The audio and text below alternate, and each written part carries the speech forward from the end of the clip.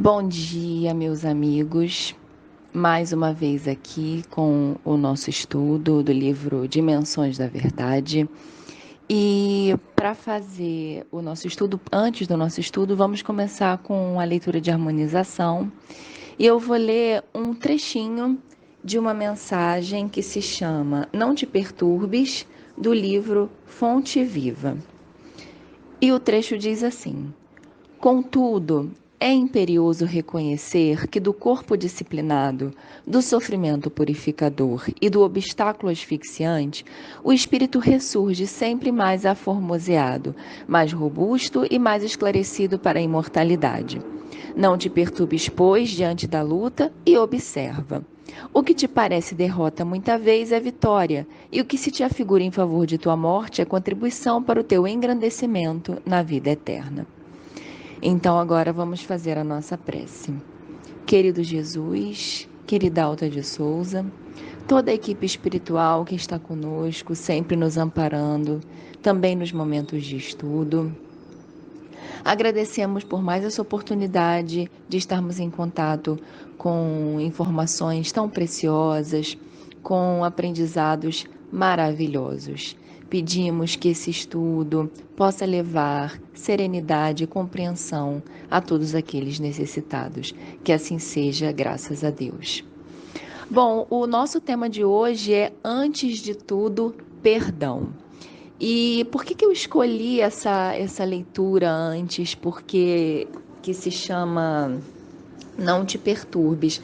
Essa leitura, ela começa falando do grão de trigo, né? Então, se perguntasses ao grão de trigo que opinião ele alimenta acerca do moinho, naturalmente, ele responderia que sofre por causa da tortura. E, entretanto, é essa tortura, esse sofrimento ao que é submetido o grão de trigo, que vai fazer com que ele é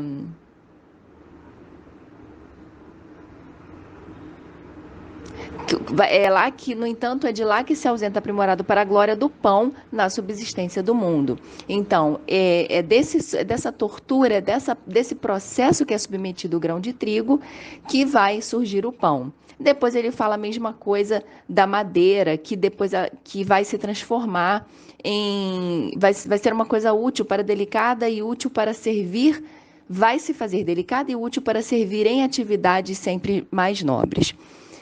E no final, então, ele termina com aquela conclusão que foi o que eu li. Esse processo de, antes de tudo, perdão, até a gente estava fazendo um estudo ontem sobre isso, é muito difícil perdoar ainda, principalmente dependendo da acusação, da humilhação, da ação que nos fizeram passar. E justamente por isso que precisamos pensar nesse processo de algo que parece uma tortura, algo que parece algo de ruim, algo que parece ruim, mas que no fundo está servindo ali para um aprendizado. Com o perdão não é diferente. Tanto porque precisamos passar por essas situações de sofrimento na nossa vida e precisamos ir repetindo, como eu até falei nesse estudo de ontem que eu fiz, precisamos ir passando repetidas vezes pela mesma situação para que, estando do outro lado, saibamos o que é perdoar. Então, entrando no estudo de hoje, né, que é o estudo da Joana, do livro Dimensões da Verdade, ela já começa falando das falsas noções de caráter. Então, são essas falsas noções de caráter que insistem no culto à personalidade, estimulando o egoísmo e os males que dele decorrem. Independente de quem vai perdoar e quem vai precisar ser perdoado, o que vai motivar essa dinâmica do perdão? Algo de errado que foi feito, certo? E se esse algo de errado foi feito, se ainda estamos muito distantes dos ensinamentos de Jesus, por que será que isso está acontecendo? Porque muitas vezes estamos fazendo algo achando que é o certo. Às vezes não, já sabemos que é errado, mas por outros motivos não temos força para corrigir, não conseguimos corrigir. mas na maioria das vezes estamos ali crentes que estamos acertando e fazendo o errado. E por quê? Porque temos essas falsas noções de caráter. O que eu entendo que é certo, o que eu entendo que eu estou fazendo bem, na verdade ainda é muito preenchido de vaidade. Então ela chama atenção para essas falsas noções que vão estimulando, como sempre, o egoísmo e todos os males que dele decorrem. Ela fala de conceitos retrógrados que são repetidos maquinalmente, prescrevem a manutenção do clima de ódios e mágoas em nome da honra. Então é muito interessante ela falar de conceitos retrógrados. Esses conceitos retrógrados não necessariamente são conceitos da sociedade, como a gente fala assim, antigamente o certo era você entrar na casa da pessoa e fazer tal coisa. Hoje isso não se usa mais, né? Não tem quando a gente fala assim de moral e bons costumes. Não necessariamente esses conceitos retrógrados, ela está falando disso. São conceitos retrógrados ainda dentro de nós, para tudo em nome da honra, como ela fala aqui. Então, em algum momento, eu precisei me fazer de uma pessoa mais rígida, eu precisei humilhar o outro, para que assim eu pudesse me sobressair.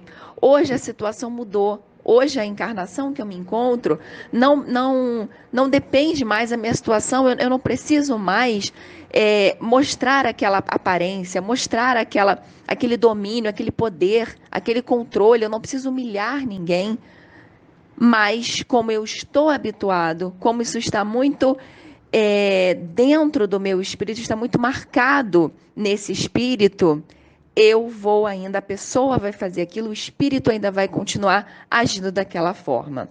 Considerações obsoletas, ela continua, assim como ela fala dos conceitos retrógrados, ela agora vai falar de considerações obsoletas, transmitidas de geração a geração, atentam contra a harmonia da família humana com funestas consequências. E aí isso aqui é uma outra situação. A gente estuda dentro do espiritismo a responsabilidade dos educadores, dos pais, para um ser novo que está chegando, para uma criança. A criança, ela é um espírito que já traz ali muitos conceitos de outras existências. Mas quem vai lapidar, quem vai introduzir uma coisa nova ou vai tirar aquilo que não é necessário, são esses adultos que vêm ali na frente com essa missão de educar essa criança. Mas muitas vezes esses adultos também não têm essa educação espiritual, né? Que eu estou falando, não só a educação desse mundo aqui da Terra, nossa educação civil, vamos colocar assim. E aí, o que essa família vai passar? Os conceitos que eles têm. Se são conceitos de egoísmo, se são conceitos errados, é isso que será passado. E aí a gente vai reparando que a Joana, ela vai pontuando as possíveis questões desses erros ainda acontecerem. Então, são as falsas noções de caráter, os conceitos retrógrados, as considerações obsoletas. E aí ela agora vai dar alguns exemplos. Para uns, dignidade significa a centrada consideração ao próprio eu. Para outros, representa valor que exige de esforço pessoal em vindita despótica, quando se creem feridos. Ou seja, ela vai trazendo aqui para a gente exemplos mais concretos de como que esses falsos conceitos podem nos atingir. O que significa uma coisa para um, não significa para outro. No entanto, nem os primeiros, nem os segundos interpretam com justeza a elevada posição da honradez. E ela fala, olha, por mais que um ache uma coisa e o outro ache outra, ainda assim os dois estão muito longe de acertar, de saber o que significa essa honradez. Agir com brio e reagir em nome dele são efeitos muito diversos de conduta social e humana. Olha como é que nós estamos cegos, muitas vezes, agindo no nosso dia a dia. Eu estou tão preocupado com a minha aparência, eu estou tão preocupada em mostrar que eu sou forte, que eu vou lá e ofendo o outro. Eu vou lá e reajo. Eu faço acontecer, eu digo que eu sou, que eu posso. E isso não está condizente, segundo a Joana, com a conduta de como deve ser essa conduta social e humana. Ela completa dizendo que a violência perde a força no choque com o não revide. O crime se entibia e desaparece diante do amor. Ela agora vem falando de como então deve ser essa conduta social, que na verdade, quando a gente tem o amor, quando a gente tem o não revide, né? Então, assim, eu não vou revidar, é a coisa de dar a outra face, que a gente lê no Evangelho segundo o Espiritismo. Esse bem, ele vai tendo oportunidade de aparecer. Então, ela fala da violência que perde a força, do crime que se entibia, o desrespeito também cessa quando desabrocham as vergonhas vigorosas da saúde moral. E aí, lembrando que o título desse texto é Perdoar, fala sobre perdão, né? Então, em que momento tudo isso que a gente está falando, ele vai se linkar com esse tema do perdão? Todas essas atitudes aqui sobre o crime, sobre o desrespeito, todas elas têm a ver com uma forma de possibilitar o perdão. Porque se uma pessoa te ofende e você não revida, que é como ela fala aqui, ó, a violência perde a força no choque com o não revide, de certo modo você está pensando em perdoar. O perdoar não é só aquela ação que, olha, tá tudo bem entre a gente, vamos esquecer isso e agora vamos cuidar de reparar as outras coisas e fazer uma vida melhor a partir daqui. O perdão não é só isso. Quando você resolve não reagir, quando resolvemos não dar a outra face, isso já é uma forma de perdoar. E aí ela continua, e em razão disso, caduca o direito da força sucumbe ao imperativo da força da verdade e do direito. Enquanto as suscetibilidades infestam o homem, este mantém nocivos compromissos com a inferioridade. Então, o que seriam essas suscetibilidades? Eu ainda estou muito suscetível ao egoísmo, eu ainda estou muito suscetível a querer aparecer para alguém, a me mostrar como muito forte. E essas não são boas diretrizes para atingirmos o bem. Existe uma coisa muito importante na nossa vida, muito interessante, que é assim, como que eu vou então agir no bem, né? Agir de forma correta.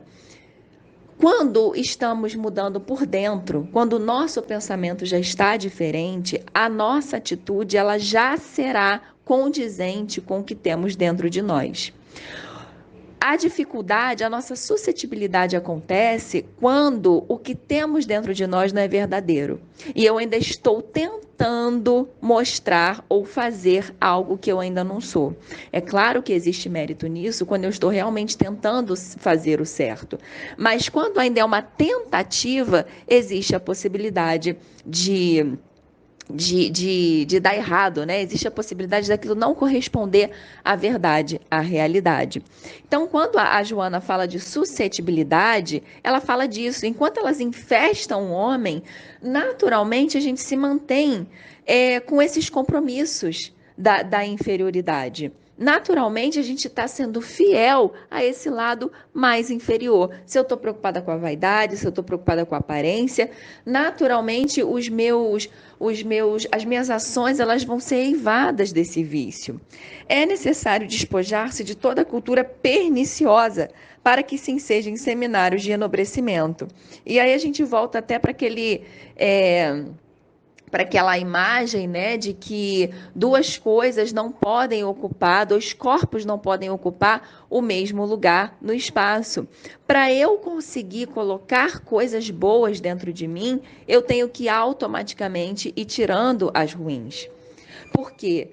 Elas não podem ficar juntas, elas não vão coexistir. Às vezes eu tenho uma metade ruim e uma metade boa. Conforme aquela parte ruim vai diminuindo, a parte boa vai aumentando. Mas fato é, eu não posso ter as duas ocupando o mesmo espaço. É necessário que essa substituição aos poucos ela vá sendo feita. E em vista disso, o perdão irrestrito e incondicional tem primazia no programa de renovação de todo homem, que busca espiritualizar-se. Então é aí que ela chega no momento, né, ela já vem desenvolvendo sobre o perdão, mas aí ela fala: e é nesse momento que o homem está tentando se espiritualizar, que o homem está tentando se melhorar, que vem o perdão. Até como eu falei no estudo de ontem, o perdão, o auto-perdão, porque também nós precisamos nos perdoar em cada vez que erramos e não conseguimos melhorar, e também perdoar o outro. Uma fagulha de ira pode atear fogo num depósito de ódio latente. Uma palavra de cólera oferece combustível para desmandos injuriosos. Suspeita insensada, declive derrapante para inimizade. Então, ela aqui dá alguns exemplos, né, de como pequenas ações, se a gente não perdoar, elas podem provocar uma coisa muito maior. Vai falar da animosidade, mas no final ela vai dizer: somente o amor, nas bases em que o postulou Jesus, dispõe dos recursos para a conservação da honra no esmero do caráter. Então, pessoal, voltando àquilo que eu falei há uns minutinhos atrás, como que eu vou fazer o bem? Buscando se preencher de amor. Enquanto a gente só estiver tentando mostrar que ama, tentando mostrar que perdoa, o problema não é no tentar, o problema é no mostrar, só mostrar. Eu só quero mostrar que eu amo, eu só quero mostrar que eu sou boa, eu só quero aparentar que eu estou fazendo bem. Enquanto estiver nessa situação, é o que eu sempre digo, o beneficiário, a pessoa que vai receber, ela pode até receber esse bem de verdade, mas você que está dando ainda, nós que estamos oferecendo, vai ficar pela metade, porque não é totalmente sincero. E é por isso que precisamos tanto de treino de reencarnação, porque ainda não sabemos fazer isso. Mas ficando aqui, como ela disse, né, como disse Jesus, só o amor verdadeiro é capaz de fazer com que a gente pratique a boa ação, a ação sincera, a caridade sincera. Então ela fala: evita, pois, a maledicência, que dilata o círculo das malsinadas suspeitas, buscando aquele que talvez ignore o mal, que te supões vítima, esclarecendo a dúvida e põe cobro a sementeira da aversão em começo. Numa outra parte do texto, ela vai mencionar o versículo 25, capítulo 5 das anotações de Mateus, quando ele fala para que a gente se concilie depressa com o nosso adversário enquanto estamos no caminho dele. Porque a gente sabe que as reencarnações, as nossas encarnações, né, as nossas existências, elas são possibilidades de infinitas coisas. De perdoar, de aprendizado, de aprender a amar, de evoluir. Só que existe uma situação de evolução, né? Conforme nós vamos evoluindo, as nossas chances elas vão sendo modificadas. Então, precisamos ficar atentos para essas oportunidades que a vida vai nos dando, de pessoas que vão sendo colocadas no nosso caminho, saber que não foi à toa, que não é à toa. E vamos perdoar. Se eu estou tendo uma animosidade, se eu estou tendo algum problema com algum inimigo, não é para eu continuar dando corda para aquela situação. Pelo contrário, deixa eu aproveitar isso e perdoar logo, porque ela está do meu lado. Pode ser que na próxima existência ela já não esteja. Aí você vai pensar assim, melhor. Se ela não estiver do meu lado, é menos uma coisa que eu preciso fazer. Não, porque a situação continua ficando ali e precisando resolver. Eu não sei se vocês já aconteceu na vida de vocês, de estarem numa situação hoje eu tenho uma reunião para apresentar, eu tenho um trabalho para apresentar e eu tenho 5 dias para apresentar esse trabalho. Então, eu tenho 5 dias para me preparar, para formar um texto, para fazer um resumo, enfim, né, da forma com que cada um vai preferir montar essa apresentação.